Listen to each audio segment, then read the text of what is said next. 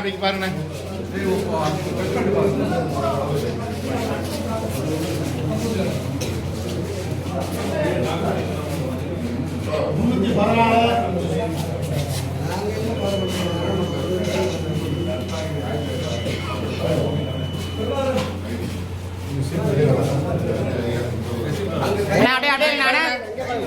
பாருங்க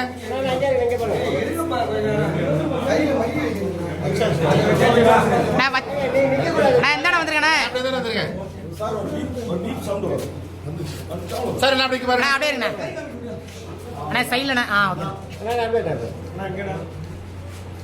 நான் அப்படியே ஒரு நிமிஷம்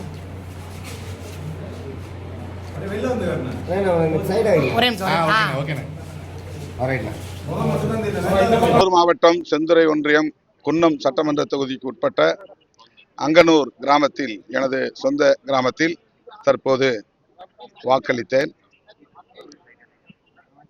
திராவிட முன்னேற்றக் கழகத்தின் தலைமையிலான மதசார்பற்ற முற்போக்கு கூட்டணி தமிழ் மக்களின் யோகோபித்த நல்ல ஆதரவுடன் மகத்தான வெற்றியை பெறும் என்று பெரிதும் நம்புகிறேன். 200க்கும் மேற்பட்ட இடங்களில் திமுக கூட்டணி வெற்றி பெறும். அறுதி பெரும்பான்மையுடன் திராவிட முன்னேற்றக் கழகம் தனித்து வெற்றி பெற்று ஆட்சி அமைக்கும். தமிழ் மண்ணில் மதவாத அரசியலுக்கு, வெறுப்பு அரசியலுக்கு இடமில்லை என்பதை இன்று மக்கள் தீர்ப்பாக எழுத உள்ளனர். அண்ணன் தளபதி ஸ்டாலின் அவர்கள் சொன்னதைப் போல இது 2 கட்சிகளுக்கு இடையிலான யுத்தம் இல்லை, 2 அணிகளுக்கு இடையிலான யுத்தம் இல்லை, 2 கருத்தியலுக்கு எதிரான யுத்தம். அந்த யுத்தத்தில் தமிழ்நாடு வெல்லும். மீண்டும் தளபதி முத்துவேல் கருணாநிதி ஸ்டாலின் அவர்களின் திராவிட முன்மாதிரி ஆட்சி மலரும். சமூக நீதி தழைத்தோங்கும். எங்களை எதிர்த்து நிற்பவர்களுக்கு இடையிலே உண்மையில் ஒருங்கிணைப்பு இல்லை, ஒற்றுமை இல்லை. அவர்களுக்கான நன்மதிப்பும் சமூகத்தில் மக்களிடையே இல்லை.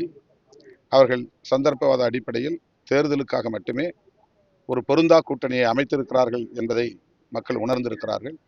அதே போல நண்பர் விஜய் திமுக வெறுப்பை மட்டுமே மூலதனமாக்கி அவர் திமுக ஆட்சியை அப்புறப்படுத்த வேண்டும் என்கிற பரப்புரையை மட்டும்தான் மேற்கொண்டார்.